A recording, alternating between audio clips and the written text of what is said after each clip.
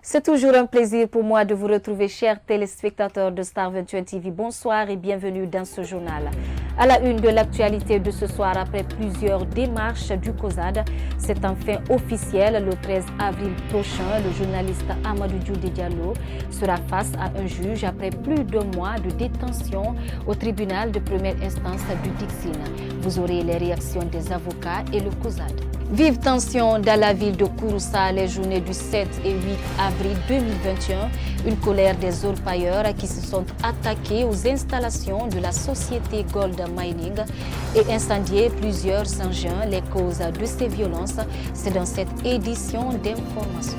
Classement des meilleures nations du football mondial par la FIFA, la Guinée occupe la 13e place sur le continent et 72e sur le plan mondial. Vous aurez l'analyse d'un spécialiste sportif dans ce journal. Encore une fois, bonsoir et bienvenue. Après Selou Baldé qui a perdu son père la semaine dernière pendant qu'il croupisse en prison, un officier de l'armée guinéenne emprisonné au camp Soronkoni dans la préfecture de Kankan perd également sa femme. Il est aussi empêché par la justice d'assister aux funérailles de son épouse. Face à cette situation, un des alliés du RPG interpelle Alpha Condé. C'est un reportage de Ibrahima Souribari. Emprisonné depuis des mois au camp de Soronkoni dans la préfecture de Kankan, colonel Alpha Salubari n'a pas pu assister aux funérailles de sa femme décédée cette semaine. Ce, malgré la demande d'autorisation soumise au ministère de la Justice qui est restée catégorique. Face à cette situation, cet allié du parti au pouvoir interpelle le président Alpha Condé. Le colonel Alpha Salubari a perdu sa femme, celle que j'ai connue, qui me donne le Sumbara, qui me donne à manger, qui est morte. Je lance l'appel à Alpha Condé, le professeur, le président dans le pays. Il n'a qu'à faire attention. Il a besoin des hommes d'État. Ce n'est pas les ministres d'État qu'il a besoin. C'est les hommes d'État. Colonel Alpha Salubari, comme plusieurs hommes de l'armée, croupissent dans les différentes prisons du pays depuis un long moment sans jugement. Ismaël Kouyaté souhaite donc leur libération pure et simple. Monsieur le Président, libérez les innocents. Je vous en prie. Je vous en prie. C'est moi qui vous parle. Libérez les innocents. N'accusez pas. Vous avez été en prison. Vous avez été accusé. On a vu en 1998, on sait ce qui s'est passé à Farana. Le cas de cet officier de l'armée vient s'ajouter à celui de l'opposant Selou Baldé du parti UFDG qui a aussi été empêché d'assister aux obsèques de son père biologique décédé la semaine dernière à l'abbaye. Le Fonds monétaire international a, dans un communiqué publié cette semaine, annoncé l'allègement des dettes de 28 pays considérés comme les plus vulnérables, dont la Guinée. Le pays a bénéficié d'un allègement de 20 millions d'euros. L'économiste Safeyou Diallo regrette que la Guinée soit dans cette catégorie de pays. Omar Kondé. La Guinée fait partie des 28 pays qui bénéficient d'un allègement de dettes par le Fonds monétaire international afin de faire face à la pandémie de Covid-19. Safayou Diallo explique les avantages d'un tel procédé pour le pays. C'est le FMI et l'Union européenne qui ont procédé en ce moment-là à un versement d'un montant représentant une partie du service de la dette de ces pays qui sont considérés vulnérables. La Guinée a bénéficié à ce titre un allègement de la dette de 20 millions d'euros. Et donc, ce montant qui a été libéré par le Fonds monétaire international ainsi que l'Union européenne devrait permettre à la Guinée d'utiliser désormais cette somme pour faire face aux infrastructures économiques et sociales. Cette démarche n'a d'inconvénient certes, mais cet économiste déplore le fait que la Guinée soit dans cette catégorie de pays. J'aurais préféré que nous travaillions afin que nous ayons une dette interne qui est énorme par rapport à la dette externe. Malheureusement, aujourd'hui, la plupart des pays en développement, notamment la Guinée, ont des dettes externes qui sont supérieures aux dettes internes, Avoir une dette extérieure énorme signifie tout simplement que le pays va consacrer une bonne partie des ressources, surtout qui sont tirées des exportations, puisque c'est en devise que cette dette est contractée, allouée au remboursement de la dette, chose qui a déploré. Safayou Diallo a interpellé l'État à diversifier l'économie guinéenne afin d'engranger des fonds pour répondre aux besoins du pays. Je vous le disais dans les titres, finalement, Amadou Djoulde Diallo sera face à un juge après plus d'un mois de détention. Le procès du journaliste historien et sportif va s'ouvrir le 13 avril prochain au tribunal de première instance de Dixine, selon le procureur Sidi Souleymane Diaye. Convaincu de l'innocence du journaliste, les avocats de l'accusé et le COSAD estiment que ce procès n'a pas sa raison d'être. Mariam Bari et Alassane Souma nous signe ce reportage. Détenu depuis plus d'un mois à la maison centrale de Conakry, en violation de la loi L002 portant liberté de presse, le journaliste sportif Amadou Djoulde Diallo sera enfin jugé le 13 avril prochain. Un procès qui n'a pas raison d'être, souligne cet avocat. Si effectivement la loi L02 relative à la liberté de la presse est correctement appliquée, d'abord, il ne serait jamais allé en prison. Les délits de presse ont été dépénalisés. Aujourd'hui, on parle de procès. Même s'il est reconnu coupable, on ne peut pas le condamner au-delà d'une amende de 5 millions de francs guinéens. Il n'y a absolument aucune peine privative de liberté. Le coordinateur du collectif de soutien à Amadou Djoulde Diallo, lui, s'indigne face à l'indifférence des associations de presse à l'incarcération du journaliste. Si aujourd'hui, le doyen Amadou Djoulde, son procès est programmé, je crois que c'est une nouvelle aventure pour cette presse qui ne pourra plus être désormais jugée en fonction de la loi L02. Et cette volonté des autorités de Conakry pour museler la presse guinéenne, je crois, si on ne se lève pas maintenant, en tout cas le pouvoir aura raison sur nous parce qu'on a été quand même indifférent, on a été incapable de défendre celui qui a inspiré tant de journalistes dans ce pays. À rappeler que le journaliste sportif Amadou Djoulde Diallo est poursuivi pour offense au chef de l'État par voie de presse, un délit pourtant dépénalisé par la loi L002 portant liberté de presse.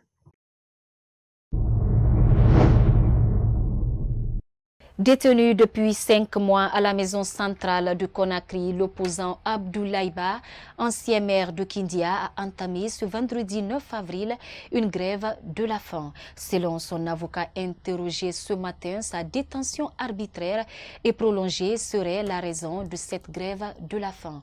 C'est un reportage de Kadia Toubari et Alpha Oumar Diallo. En colère contre sa détention prolongée à la maison centrale de Conakry, Abdoulaye Ba a entamé ce vendredi une grève de la faim. Son avocat, Maître Salifou Beyavogui, déplore le silence de la justice et explique que cette grève est une façon pour l'opposant de faire pression pour l'organisation d'un procès. 5 mois, jour pour jour, qu'il est en détention. Il est privé de sa famille. Il est privé de sa fille de 6 mois. Il a été arrêté 1 mois seulement après la naissance de sa famille. Honorable Selou Baldé a perdu son père, paix à son âme. Il y a l'imam de la grande mosquée de Ouanindara qui a également perdu son père. D'autres, les Bambas sont décédés en prison. Pas de jugement, pas de libération. C'est inacceptable. Je pense que ce sont ces raisons qui l'ont amené ce matin à décider de ne plus s'alimenter jusqu'à ce qu'au moins on va le juger ou le libérer. C'est un symbole. Il a agi de façon symbolique. Et il faut reconnaître qu'ils sont tous malades. Cet avocat des détenus a aussi évoqué la dégradation de la santé de ses clients. Cependant, il dénonce la lenteur dans la procédure judiciaire. Au moment où ils rentraient, il y a 5 mois en prison, leur état de santé ce jour-là et aujourd'hui, c'est entre la terre et le ciel. La preuve est que M. Chérif Ba est hospitalisé aujourd'hui à Niasdine. Son état de santé nécessite une évacuation sanitaire. Donc, nous persistons, insistons, exigeons que nos clients soient soit libérés ou jugés.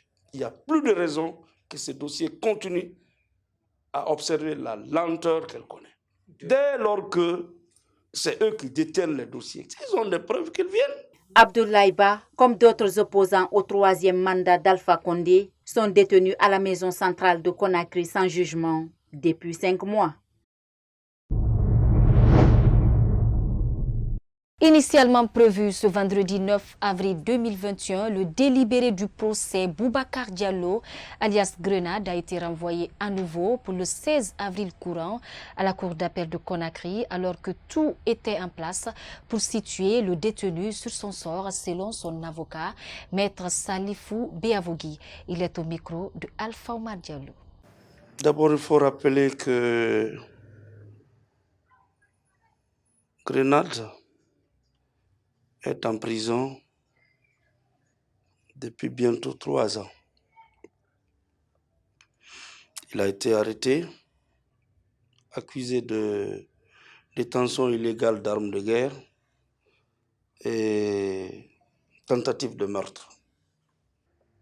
La Cour était vraiment disposée à rendre sa décision, mais entre-temps, nous avons appris que le substitut audiencier, le substitut général qui a suivi le dossier, est souffrant. Nous profitons de ce micro pour lui présenter les meilleures santé pour qu'il nous revienne vite. Je pense que n'eût été sa maladie, aujourd'hui, vraiment, ce jeune aurait pu regagner son domicile après 3 ans d'accusations fortuites et de détention injustifiée. Et puis cette autre actualité à l'intérieur du pays, plusieurs citoyens sont sortis manifester à Dabola contre la nomination de Nyalin Condé comme préfète de la préfecture. Ce vendredi 9 avril 2021, notre équipe a rencontré un activiste de la société civile qui a largement analysé cette situation. Nanes Condé, Ibrahima Paye Kamara pour le reportage. La nomination de Nyalin Condé dans la préfecture de Dabola comme préfète est rejetée par les citoyens de cette localité. Cet activiste de la société civile explique les raisons de la colère des citoyens. Le rejet de Nyalin Condé est une somme de connaissances et de souvenirs accumulés dans les autres préfectures. Et que Nyalin Condé ne peut également prendre une proportion importante qu'en prenant contact également avec son passé. Premièrement, son passé joue également sur elle, raison pour laquelle elle est également rejetée par la population. Cependant, il indique que les citoyens de Dabola ne devraient pas protester contre cette décision, car Nyalin Condé est issu d'un pouvoir déconcentré. Alors, la situation de Nyalin Condé, la population d'abord doit savoir que Nyalin Condé est issu d'un pouvoir déconcentré. Et lorsqu'on parle de pouvoir déconcentré, on parle de délégation du pouvoir.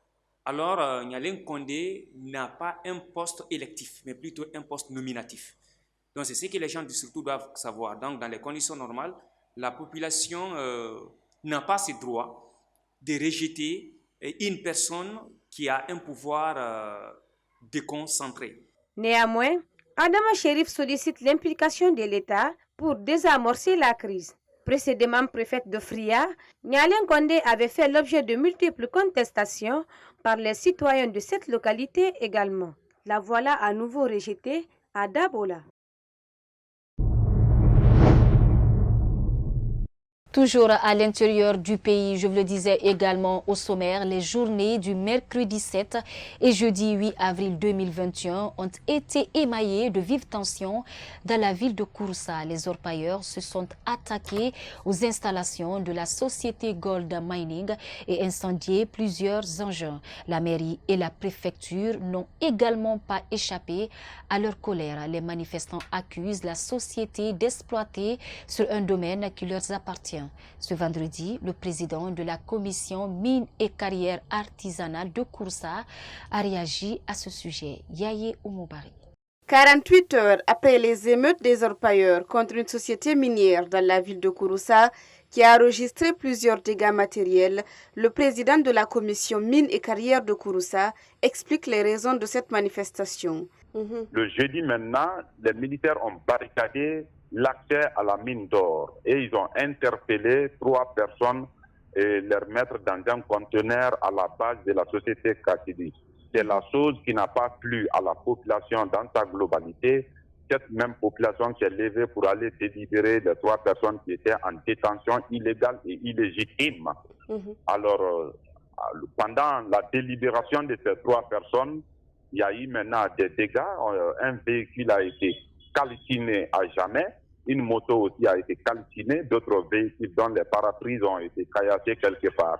Ce vendredi 9 avril, le calme revient peu à peu dans la ville de Kouroussa.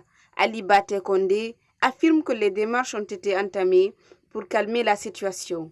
Nous venons de sortir d'une réunion, c'est le patriarche de Kouroussa. Tout ce qu'il faut retenir, la population est prête à se donner. Nous allons continuer à travailler, à faire l'orpaillage, puisque les militaires et burkinabés ont opéré pendant 3 ans. Aucune autorité ne s'est levée pour interdire cela. Donc maintenant, la population prend son destin en main. Le reste, l'avenir va nous juger. Du côté administratif de Kouroussa, le préfet a annoncé l'ouverture des enquêtes pour identifier et interpeller les auteurs de ces violences. Sport, dans ce journal, la FIFA a dévoilé le mercredi 7 avril 2021 le classement des meilleures nations du football mondial.